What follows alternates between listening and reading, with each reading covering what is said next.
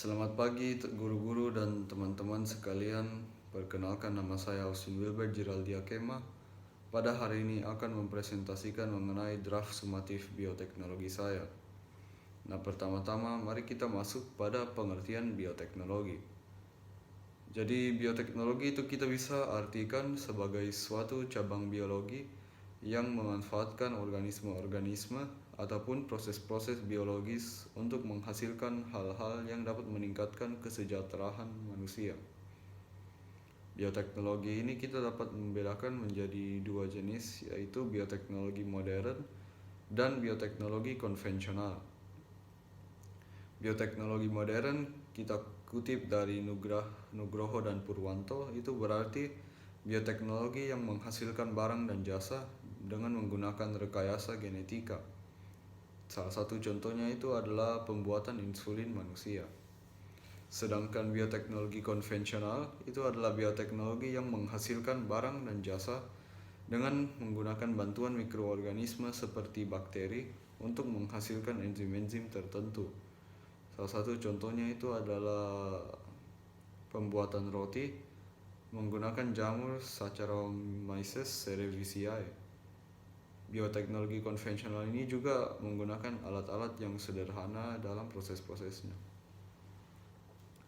Terus dalam peranan bioteknologi ini kita ambil beberapa contoh dari 4 bidang kehidupan: bidang peternakan, bidang pertanian, bidang forensik, dan bidang kesehatan. Pertama, dalam bidang peternakan, itu bioteknologi bisa digunakan untuk membuat hewan-hewan transgenik dengan teknik rekayasa genetika.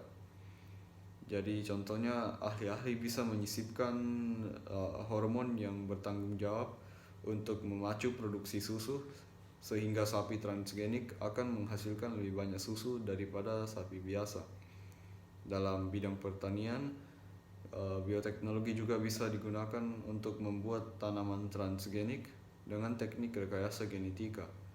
Jadi contohnya mirip juga dengan yang tadi di peternakan, disisipkan gen dari satu makhluk ke makhluk lainnya sehingga tanaman tebu bisa memiliki produksi lebih banyak, menggunakan pupuk lebih sedikit, dan memiliki limbah yang bisa dijadikan makanan ternak.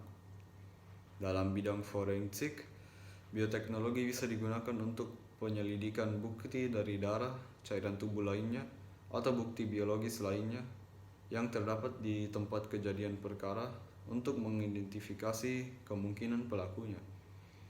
Terus terakhir, dalam bidang kesehatan, bioteknologi juga berperan dalam teknologi CRISPR-Cas9 yang memanfaatkan protein Cas9 untuk memotong DNA, dan CRISPR yaitu bentangan khusus dari DNA yang digunakan menjadi alat untuk mengedit genom. Hal ini memungkinkan ilmuwan untuk merekayasa DNA untuk memperbaiki cacat genetik, mengobati penyakit, dan mencegah penyegaran penyakit. Sekarang kita masuk pada produk bioteknologi yang akan saya buat nanti, yaitu roti. Nah, mikroorganisme yang digunakan dalam pembuatan roti ini adalah jamur Saccharomyces cerevisiae. Nah, bagaimana cara kerja jamur ini dalam pembuatan roti? Nah, Saccharomyces cerevisiae yang terdapat dalam ragi akan merombak gula dalam adonan sehingga membentuk gas karbon dioksida dan alkohol.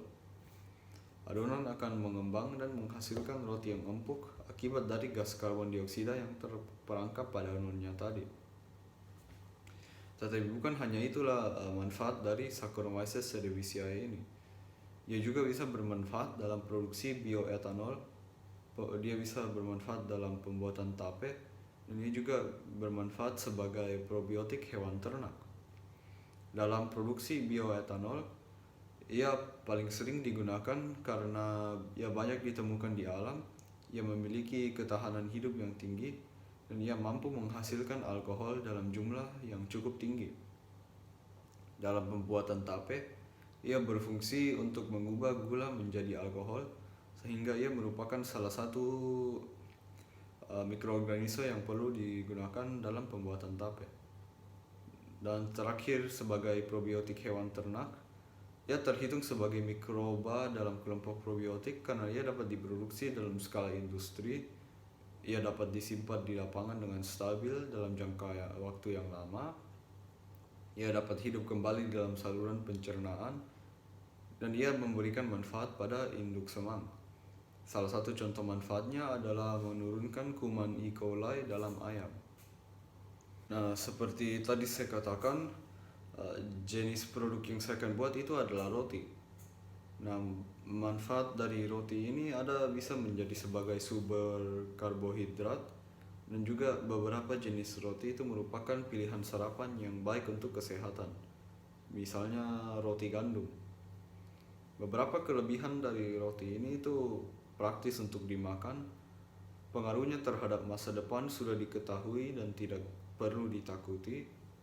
Biaya produksinya murah, alat yang dibutuhkan untuk membuatnya sederhana, dan mayoritas jenisnya tidak membutuhkan waktu yang lama untuk dibuat. Sedangkan beberapa kekurangannya itu, beberapa jenis roti seperti roti putih bisa menyebabkan fluktuasi substansi dalam gula darah, dan jika terlalu sering atau terlalu banyak dimakan, ia juga bisa menyebabkan peningkatan risiko diabetes tipe 2, penyakit jantung, dan kelebihan berat badan. Selain itu, ia juga tidak terlalu berdampak besar pada bidang-bidang lainnya, misalnya sifat-sifat genetika. Berikut ini adalah alat-alat dan bahan-bahan yang akan saya gunakan dalam proses pembuatan. Terus sebelum kita mulai juga ada prinsip keamanan dan keselamatan kerja. Pertama, cucilah tangan dengan bersih sebelum memulai, dan siapkan sarung tangan oven untuk nanti mengambil loyang dari oven. Sekarang kita akan masuk ke dalam video proses pembuatannya.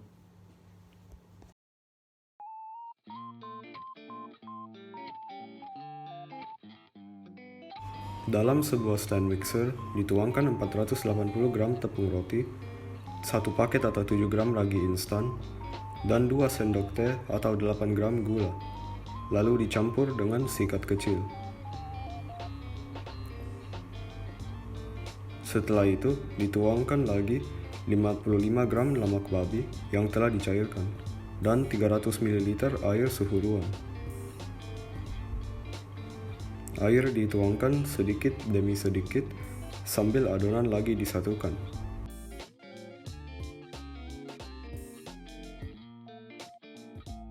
Lalu ditambahkan 12 gram garam kosher atau 6 gram garam biasa setelah adonan sudah berbentuk seperti bola.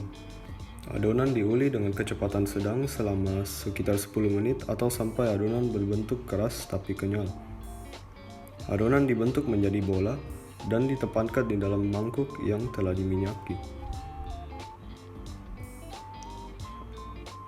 Mangkuk tersebut ditutup rapat dengan bungkus plastik, lalu dibiarkan di suhu ruang selama 1,5 jam sampai adonan menjadi 2 kali lipat ukurannya. Setelah itu, permukaan kerja ditaburi tepung dan adonan ditempatkan pada permukaan kerja tersebut. Adonan ditepuk menjadi bentuk persegi panjang yang besar, sekitar 20 x 30 cm. Setelah terbentuk persegi panjang, adonan diguling dari bawah sambil dipastikan bahwa tidak ada gelombang di dalamnya. Bentuk akhirnya akan terbentuk seperti roti memanjang.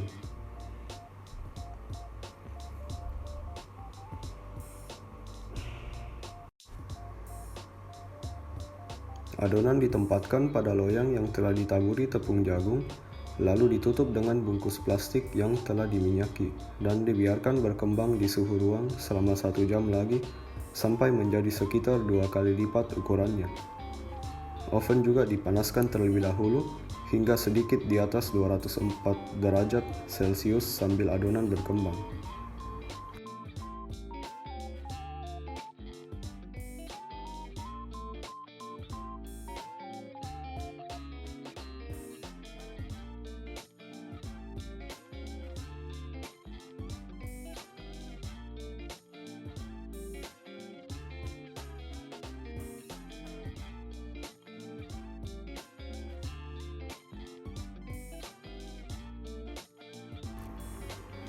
Setelah adonan menjadi 2 kali lipat ukurannya lagi, dipotong celah memanjang di atasnya, lalu dimasukkan oven selama 20-25 menit sampai warnanya agak kecoklatan dan titik paling tebalnya menyampai sekitar 93 derajat Celcius.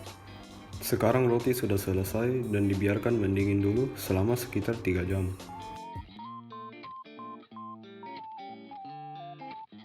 Pertama, roti dipotong menjadi potongan yang sesuai.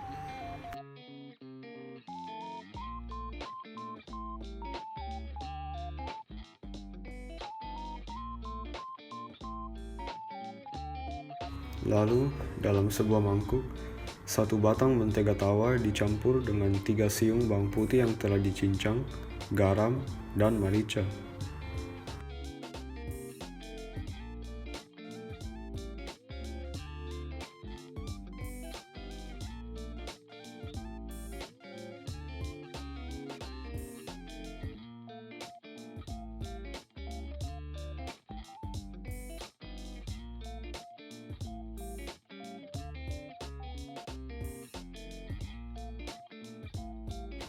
Campuran mentega dioleskan pada potongan-potongan roti. Roti ditempatkan pada loyang, lalu dimasukkan oven yang sudah dipanaskan hingga sedikit di atas 232 derajat Celcius selama 4 menit. Sesudah itu, roti dibalik dan dibebani dan dimasukkan kembali di oven selama 6 menit. Setelah 6 menit berlalu, roti dikeluarkan dari oven dan sudah siap untuk dipotong dan disajikan.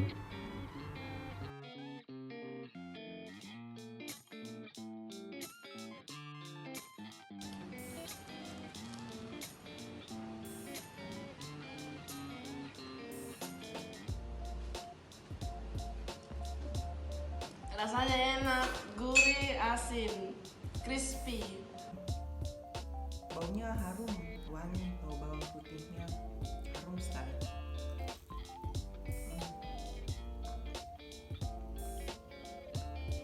Rotinya sangat crunchy, enak. Ada asin-asinnya sedikit, rasanya pas, gurih. Good job Austin, enak nggak?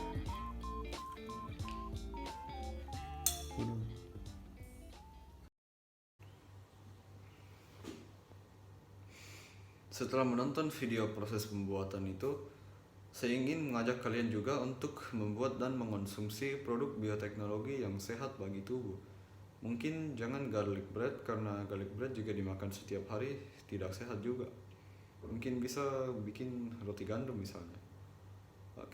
Saya juga pelajari bahwa dalam membuat roti, apalagi dalam membuat jenis roti tertentu, ada banyak hal yang perlu diperhatikan. Mulai dari bahan-bahan yang digunakan sampai teknik dan timingnya juga. Contohnya itu, ada saat saya membuat adonannya, saya menambahkan airnya terlalu cepat. Padahalnya seharusnya perlahan-perlahan. Jadi akhirnya adonan saya yang pertama terlalu lengket dan berbeda dengan yang di dalam video resep. Untuk memperbaiki adonan tersebut, akhirnya saya menambahkan tepung terigu lagi. Saya juga sadar bahwa Tuhan menciptakan alam semesta kita ini dengan sangat terperinci, sehingga bahkan hal-hal terkecil seperti mikroorganisme ini dapat dimanfaatkan untuk membuat roti.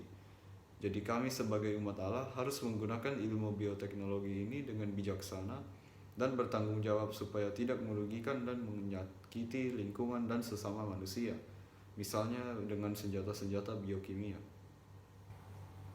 Sekian dari video presentasi saya.